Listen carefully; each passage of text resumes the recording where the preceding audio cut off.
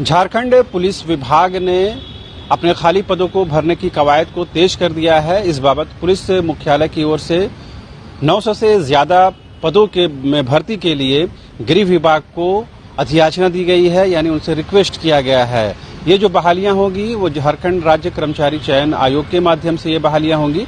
लिहाजा इन बहालियों को लेकर के अभी से ही जो तमाम बेरोजगार लड़के लड़कियां हैं वो अभी से इसकी तैयारियों में जुट गई हैं। जो खबर है उसके मुताबिक 9 से ज्यादा पदों पर बहाली होना है, जिसमें इसके अलावा सार्जेंट के जो 29 पद हैं खाली उन पे भी बहाली की प्रक्रिया शुरू करनी है। लिहाजा इस कड़ी में उनकी भी बहाली होगी, क्योंकि एक लंबे अंतराल के बाद पुलिस मुख्यालय ने जो वैकेंसी के लिए अधियाचना दी है गृह विभाग को, उसके माध्यम से जेएसएससी तक जाना है और वहां से जो नोटिफिकेशन है वो निकलना है। लिहाजा इन तमाम बहालियों को इस रूप में भी देखा जा रहा है कि झारखंड की हेमंत सोरेन सरकार ने जब सत्ता संभाला था उस दौरान उन्होंने इसे कमिटमेंट किया था, ये भरोसा दिलाया था तमाम बेरोजगार नौजवान लड़के लड़कियों को कि वो रोजगार को प्राथमिकता देंगे, यानी कि उसको नियोजन के साथ जोड़ेंगे। ये दीगर बात है कि उसके बाद कोरोना और ओमिक्रॉन के इम्पैक्ट की वजह से सरकार ये दावा करती है कि वो इन बहालियों को आगे नहीं बढ़ा सकी है।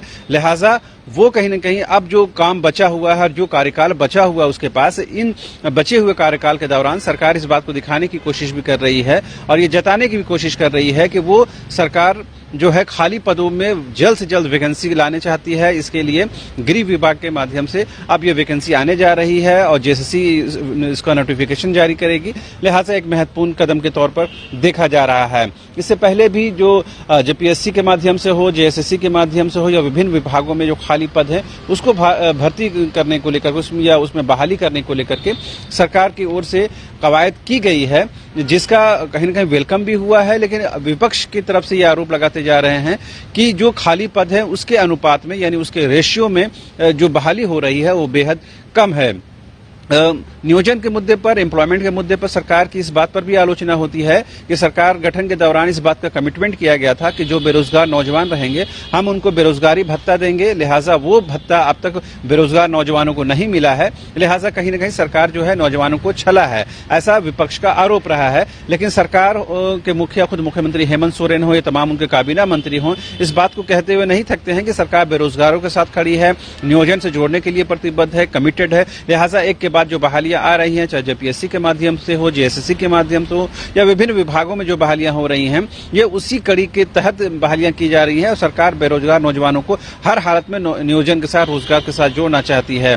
अभी ये जो बहाली निकलने जा रही है पुलिस विभाग में और इसकी जो पूरी जो क्लियरेंस है, जो यानी विभागीय स्तर पर जो भी कागजी काम होते हैं, जो भी फाइलों को आगे बढ़ाने की प्रक्रिया होती है, वो तमाम कार्य कर लिए गए हैं। उसके बाद ही इसे गृह विभाग को भेजा गया है, जहां के बाद जेएसएससी के माध्यम से ये नोटिफिकेशन आएगा। लेकिन वो नोटिफिकेशन कब आएगा उसमें थोड़ा इंतजार करने की जरूरत है।